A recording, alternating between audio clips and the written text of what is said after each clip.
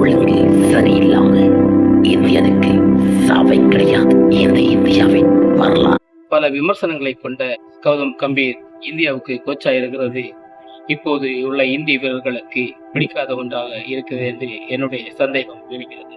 இது என்னுடைய மட்டும் தனிப்பட்ட ஒரு சந்தேகம் தான். இந்த ஒன்றை மேட்சை இந்தியா தோற்றதற்கு ஒரு காரணமாக இருக்கலாம். ஏனென்றால் கம்பீர் மொத்தத்தில் அவர் ஒரு சர்வதேச அளவில் ஒரு விமர்சனத்துக்குள்ளான ஒரு வீரர் என்பது எல்லாருக்கும் தெரியும்.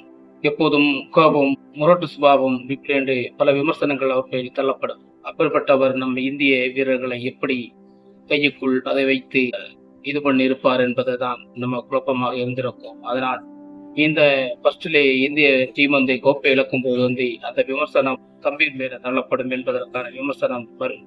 அதற்காகத்தான் இந்திய வீரர்கள் வேண்டுமென்று தோற்றார்களா என்ற குறைபாடுகள் வருகிறது. இது என்னுடைய தனிப்பட்ட ஒரு சந்தேகமாக இருக்கிறது. இந்திய வீரர்கள் எல்லா நட்சத்திர வீரர்கள் விளையாடி ஸ்ரீலங்காவை தீர்த்து கட்ட முடியவில்லை. ஆனாலும் ஸ்ரீலங்கா தோற்றதற்கு ஸ்ரீலங்கா கப்பெடுத்ததற்கும் ஒரு காரணம் இருக்கிறது.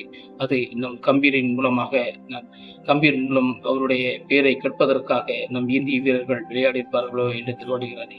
ஏனென்றால் கம்பீர் நம் இந்திய கோச்சாக யாருக்கும் விருப்பம் இல்லை என்பது தெரிய வருகிறது. அப்படிப்பட்ட ஒரு சந்தேகம் எனக்கு எழுந்ததை நான் உங்களுக்கு சொல்லியிருக்கிறேன்.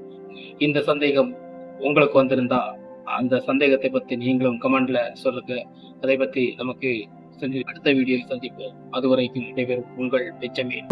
சட்டம் ஒழுங்கு சரியில்லாம இந்தியனுக்கு சாவை கிடையாது. இந்த இந்தியாவின் வரலாறு